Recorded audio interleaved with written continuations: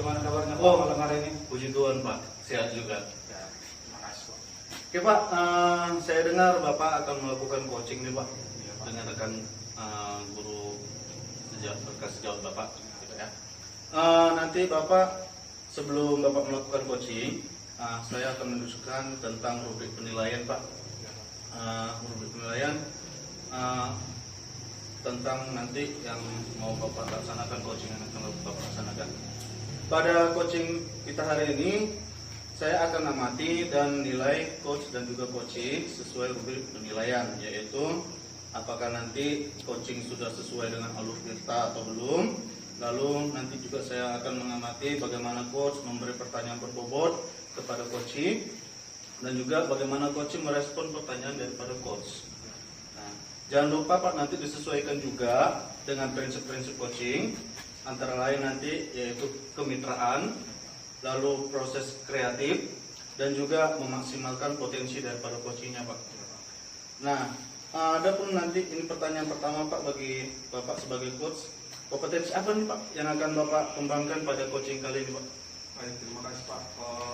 Kompetensi yang ingin saya kembangkan untuk kegiatan coaching pada kali ini adalah saya ingin mengembangkan kepada coaching, yaitu bagaimana saya dapat menggali kepada coaching untuk pertanyaan yang berbobot. Kemudian yang kedua, bagaimana coaching bisa dapat hadir sepenuhnya atau presence. Nah, kemudian saya juga menggali bagaimana si coaching nanti bisa berpikir lebih kritis atau lebih spesifik seperti itu. Oke, dari kompetensi-kompetensi yang sudah Bapak sampaikan tadi, ini yang lebih spesifiknya nanti Pak, kompetensi mana ya Pak yang akan Bapak kembangkan nanti yang ingin diobservasi? Baik Pak, jadi kompetensi yang ingin saya kembangkan nanti, yang saya observasi itu saya lebih dominan atau fokus spesifik kepada presence atau bagaimana menghadirkan sepenuhnya agar kegiatan coach nanti bisa berjalan dengan baik Pak. Oke, pertanyaan terakhir nih Pak di pra-observasi ini, indikator bagaimana Pak yang Bapak inginkan dalam proses coaching kali ini? Baik, indikator yang saya inginkan Pak, bagaimana si coach itu dapat mengembangkan ide atau solusi dari si coach agar permasalahan atau apa yang disampaikan coach tersebut bisa disampaikan secara puas atau bisa secara gamblang si coach untuk menyampaikan. Jadi ide-ide yang dari si coach nanti itu yang saya akan gali dan saya akan pancing Pak. Oke, baik Pak, demikianlah sesi pra-observasi kita Pak. Silakan nanti Bapak melakukan coaching pada coachingnya. Mudah-mudahan nanti berjalan dengan lancar Pak ya. Baik Pak. Baik, terima kasih Pak. Terima kasih Pak, sama-sama Pak. Ya. Halo Ibu Ira. Halo Pak. Selamat malam Ibu Ira. Selamat malam Pak. Bagaimana kabarnya Ibu Ira hari ini? Luar biasa, sehat, semangat. Wah, luar biasa sekali ya. Senang sekali bisa berjumpa dengan Ibu Ira pada malam hari ini.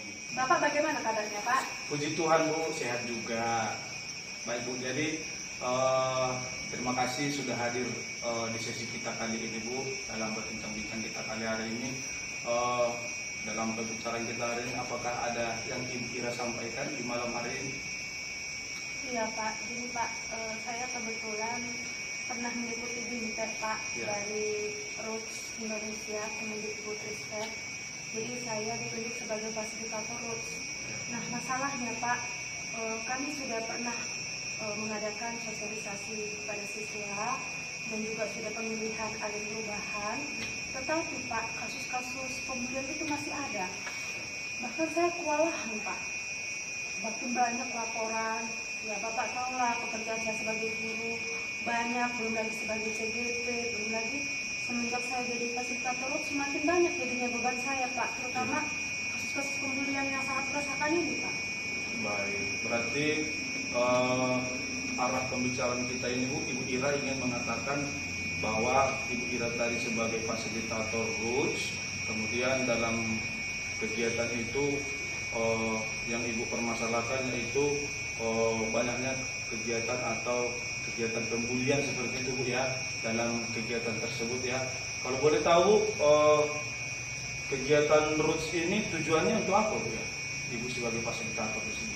Iya Pak, jadi Roots ini adalah program yang diluncurkan oleh Kemendikbudristek ya, yang bekerja sama dengan UNICEF Ya, ini adalah untuk penanggulangan tindak-tindak perundungan seperti itu, Pak.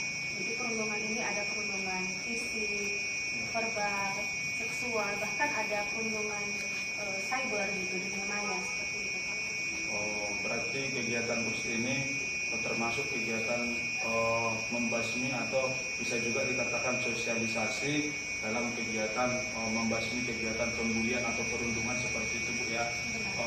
Baik Bu, jadi tadi Bu mengatakan adanya banyak kegiatan pembulian atau perundungan. Kira-kira menurut Ibu apa-apa saja yang mengakibatkan kegiatan atau sikap-sikap pembulian seperti itu atau perundungan seperti itu?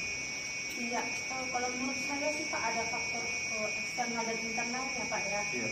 Kalau faktor internalnya dari diri anak itu sendiri, ya mungkin anak-anak zaman sekarang merasa keisengan itu seperti hal yang biasa seperti itu. Dia tidak sadar temannya tersakiti. Nah, jadi dari internalnya kurangnya keimanan, ya, gitu ya. Dari eksternalnya, ya mungkin dari keluarganya ya Pak ya kurang mendukung. Bahkan mungkin dia meniru dari keluarganya, apalagi siswa-siswa saya masih ada juga yang keluarganya yang broken home seperti itu ya, dari tingkat ekonomi yang rendah, yang kurang mempedulikan anak. Jadi ada dua faktor menurut saya Pak yang melatar belakangi terjadinya pembulian itu semakin banyak, dan ditambah lagi dengan adanya peningkatan feedback yang tidak terfilter dengan baik oleh para pelajar kita. Nah, misalnya internet. Ya, internet kan begitu gamblang aja dengan menyebarkan berita hoax lah, ya kata-kata yang mengandung sara lah, yang menyakiti hati, yang berpotensi untuk tindakan perundungan seperti itu Pak. Baik. Berarti tadi Ibu mengatakan bahwa faktor penyebab terjadinya perundungan itu ada internal dan eksternal ya. Berarti Bu untuk selanjutnya untuk kegiatan Ibu yang Ibu jalani ini sebagai fasilitator, Ibu melakukan kegiatan di mana saja? Apakah hanya tingkat satuan terbawah atau teratas seperti itu? Sebagai Ibu fasilitator, kemana saja Ibu imbaskan? Oke Pak, kalau penyibasan itu pertama ya otomatis di satuan pendidikan saya sendiri, yaitu SMA Negeri 2 Sibolga. Kami sudah melakukan pemilihan agen perubahan, itu ada 30 orang. Itu dipilih secara random, dan yang memilih itu adalah siswa-siswi SMA Negeri 2 seperti itu. Nah, setelah dipilih itu sampai dengan 15 modul itu kami didik. Nah, sampai dengan 15 modul. Nah, tapi karena kami fasilitator RUTS itu kami tidak hanya melakukan penyebaran di sekolah aja, jadi kami sering diundang sebagai fasilitator untuk program RUTS di sekolah-sekolah lain. Misalnya di SD yang ada di Sibolga ini hampir rata-rata saya diundang sebagai fasilitator RUTS. Jadi saya jadi kurang fokus ya Pak ya, karena gini loh, masalah di sekolah saya aja masih banyak, tetapi saya harus melakukan penyebaran ke sekolah lain gitu. Jadi itulah kendala yang saya alami Pak, dan faktor-faktor penyebabnya yang sudah saya amati juga seperti itu Pak. Jadi saya merasa resah dan sedih kok sudah ada program RUTS tapi tetap aja masih terjadi pembulian atau perundungan gitu di satuan pendidikan. Baik, ini kan tadi Ibu mengatakan bahwa di sekolah Ibu itu melakukan pengimbasan ya, tepatnya di SMA Negeri 2 Sibolga, kemudian melakukan ke sekolah Ibu itu dilatih siswa-siswi untuk mau menjadi pengimbasan sebanyak 20 orang tadi Bu ya, 30 orang, dan siswa-siswi nanti juga yang menjadi role model seperti itu ya.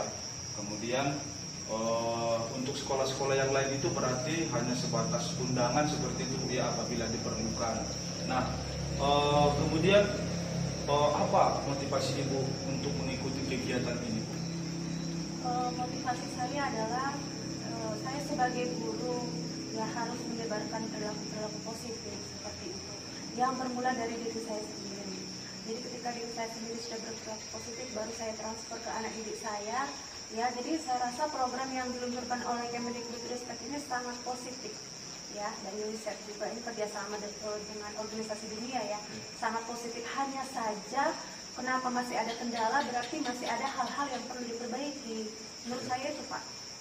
Baik, kira-kira Bu, letak grade posisi motivasi Ibu tadi itu kan tadi kan Ibu menyatakan bahwa di lain sisi Ibu mempunyai jadwal mengajar seperti itu, kemudian ditambah lagi kegiatan RUTS ini. Tetapi di samping itu ibu mempunyai motivasi juga ya, dimana motivasi itu memang betul-betul ibu tekankan dari diri ibu. Kalau boleh saya tahu, grade angka motivasi ibu itu di angka berapa apabila digradekan 0 sampai 10 seperti itu?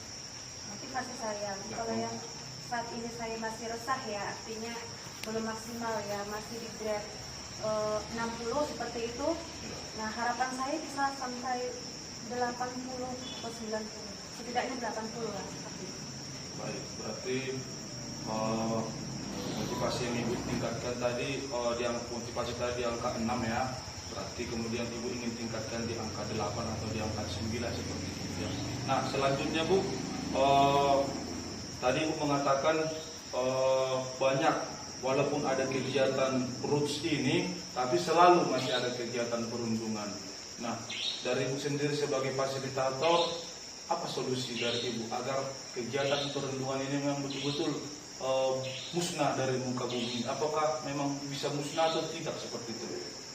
Tidak, kalau musnah 100% agak susah, tapi tidak ada yang mustahil kalau kita mau bersama-sama. Jadi memang harus ada kolaborasi, tidak semena-mena hanya fasilitator yang bertanggung jawab atas kasus perundungan di sekolah, melainkan seluruh warga sekolah harus ikut. Misalnya kepala sekolah berpartisipasi mendukung program roots, ya Bapak Ibu guru juga ikut mendukung. Kadang kan ada Bapak Ibu guru ini, udah dia fasilitator roots, sudah diajak menangani seperti itu. Atau sedikit-sedikit ada masalah, kamu kan fasilitator roots, Bu silakan ditangani kasus ini. Nah, sebenarnya sebaiknya harus bersama-sama, harus bergandengan tangan.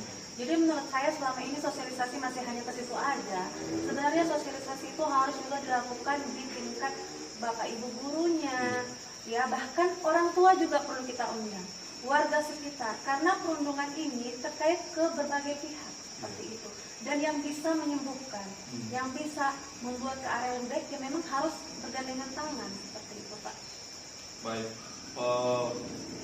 Memang dari awal rencana ini, tadi setelah saya konfirmasi jawaban Ibu, sebenarnya inti dari kegiatan ini sebenarnya untuk siswa, kira-kira seperti itu Bu ya. Iya. Tapi tidak tertutup kemungkinan sebenarnya kegiatan perundungan ini juga seperti yang Ibu bilang tadi, bahwa banyak juga terjadi di kalangan guru juga seperti itu. Dan juga kalangan semua guru harus terlibat dalam kegiatan ini seperti itu Bu ya. Nah, kira-kira Bu, untuk kegiatan RUS ini sendiri, siapa-siapa saja Bu yang terlibat pihak-pihak terkait dalam kegiatan ini? Oke, baik. Jadi kami fasilitator RUS itu ada 2 orang di sekolah, saya sama Ibu Siti Anissa. Lalu dari sekolah SMA lain itu ada juga dari Triratna sama SMA 1 itu kami berkolaborasi. Kami mengadakan RUS Day juga yang diadakan sekali setahun seperti itu, kami saling kunjung-kunjung. Nah, itu didukung oleh kepala sekolah bahkan cabang dinas. Jadi saat RUS Day itu kita undang itu dari cabang dinas provinsi Sumatera Utara ya, wilayah 10. Lalu kita undang juga komite. Ada komite, bahkan orang tua dari agen perubahan itu datang.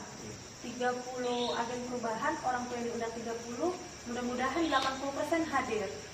Nah, ada juga dari tokoh agama dan ada juga dari tokoh masyarakat, bahkan seluruh siswa-siswi ikut di RUS Day ini supaya mereka semakin sadar, oh ternyata RUS itu seperti ini.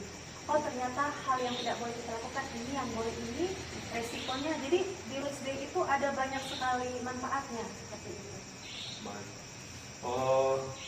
Kemudian tadi Ibu mengatakan pihak-pihak terkait itu termasuk kaitannya dengan dinas terkait ya, seperti cabang dinas yang Ibu geluti yaitu cabang dinas Kota Sibolga.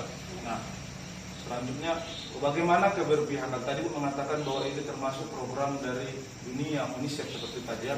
Nah, bagaimana keberpihakan UNICEF sebagai organisasi dunia seperti itu dalam kegiatan RUS ini, atau juga keberpihakan selaku di bawah naungan Kemendikbud juga Bu ya? Ya, bagaimana keberpihakan mereka yang sebagai tingkat paling level atas terhadap kegiatan RUS ini Bu setelah Ibu jalan? Iya, kalau tingkat UNICEF-nya kita memang tidak sampai ke situ ya. Kita masih di Kemendikbudristek karena setiap kegiatan kita itu, pengimbasan kita itu semua ada laporannya. Bahkan itu mereka evaluasi secara berkala dan rutin. Jadi kita punya Instagram, punya YouTube, punya Facebook khusus untuk RUS SMA Negeri 2 Sibolga. Dan itu laporannya ada itu. Setiap modul, jadi kan ada 15 modul tuh. Setiap modul tuh harus kita laporkan. Nah, jadi itu langsung dipantau oleh Kemendikbudristek. Tapi kalau untuk UNICEF-nya memang tidak disampaikan sampai bagaimana di UNICEF, jadi kita batas di Kemendikbudristeknya aja dulu. Baik, terima kasih Bu.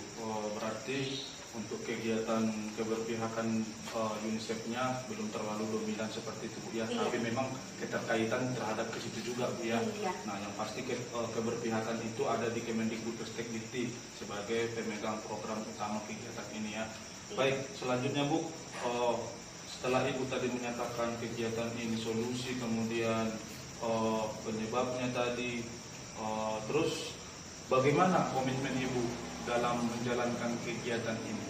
Tadi kan begitu banyak perundungan atau pembulian, bahkan Ibu bilang memang 100% tidak mungkin akan bisa dibasmi.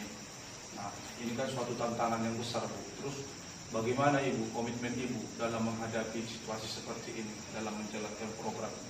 Oke, baik Pak, ada beberapa komitmen. Yang pertama, jangan pernah menyerah dan putus asa.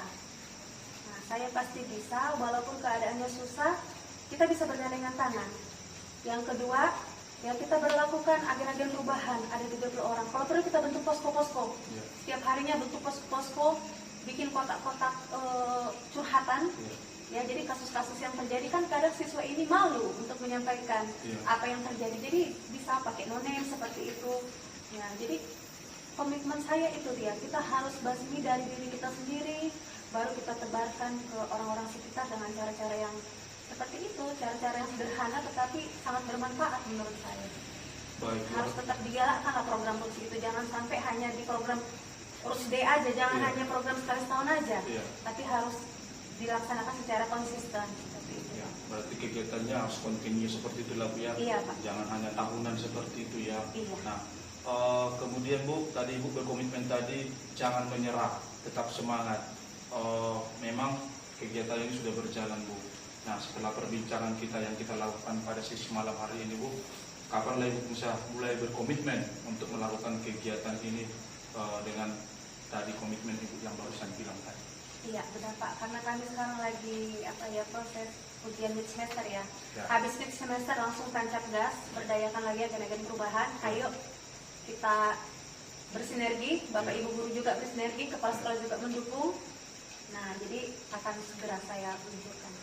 Berarti untuk kegiatan ini Bu, sudah berjalan berapa lama?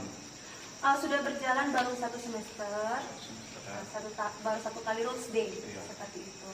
Nah, jadi diharapkan ini supaya kontinu dia Pak, tidak hanya habis di RUTS Day aja.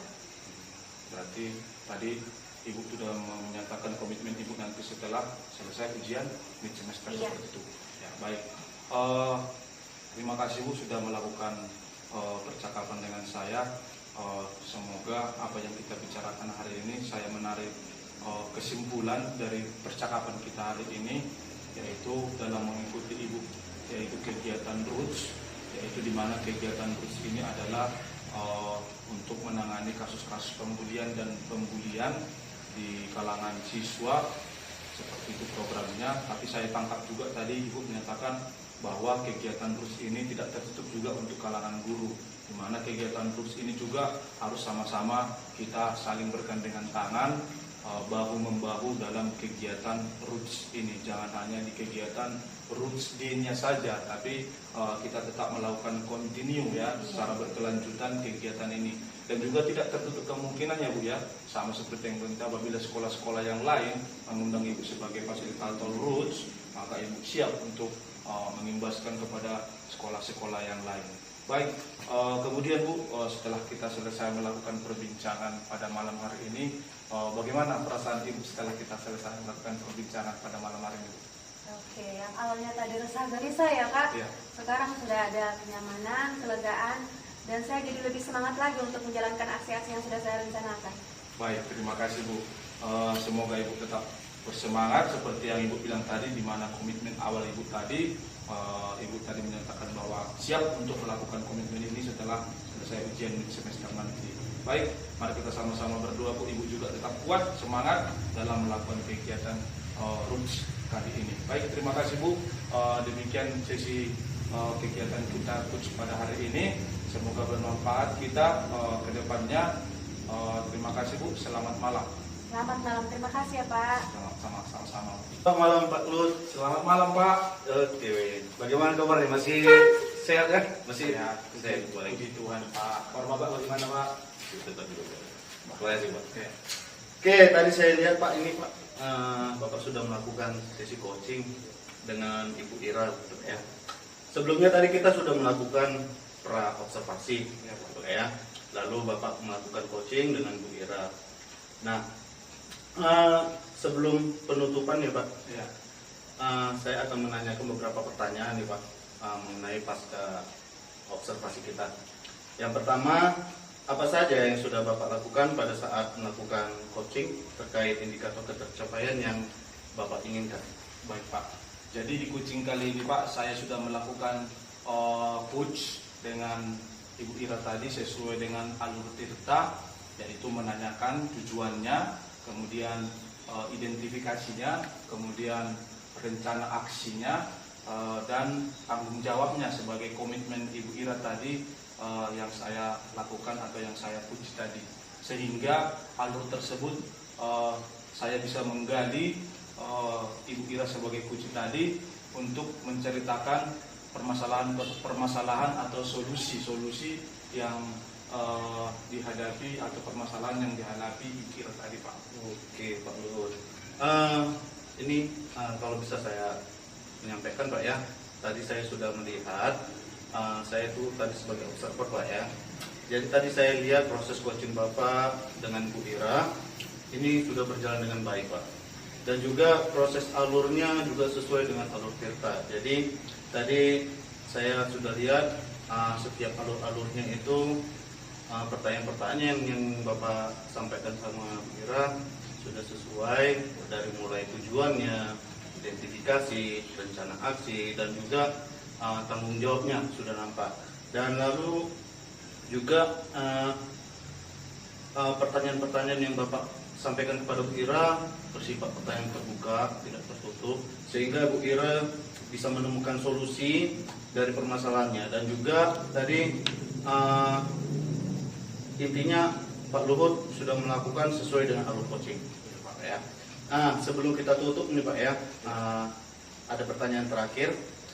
Kompetensi apa lagi Pak yang ingin Bapak kembangkan berdasarkan hasil melakukan coaching yang barusan tadi sudah Bapak lakukan? Baik, terima kasih Pak. Jadi kompetensi yang ingin saya kembangkan lagi Pak, di mana saya tetap mempertajam atau menggali lebih dalam lagi pertanyaan-pertanyaan saya yang berbobot lagi kepada Kuci, agar Kuci juga dapat lebih mengembangkan atau memberikan jawaban-jawaban, solusi-solusi yang kreatif dari pemikirannya, sehingga saya sebagai coach bisa mengarahkan si Kuci dalam permasalahan yang dihadapi dia Pak. Oke, baik Pak. Semoga kedepannya kita bisa melakukan coaching yang lebih baik lagi Pak ya. Oke, demikianlah Pak observasi kita hari ini. Semoga bermanfaat bagi kita semua.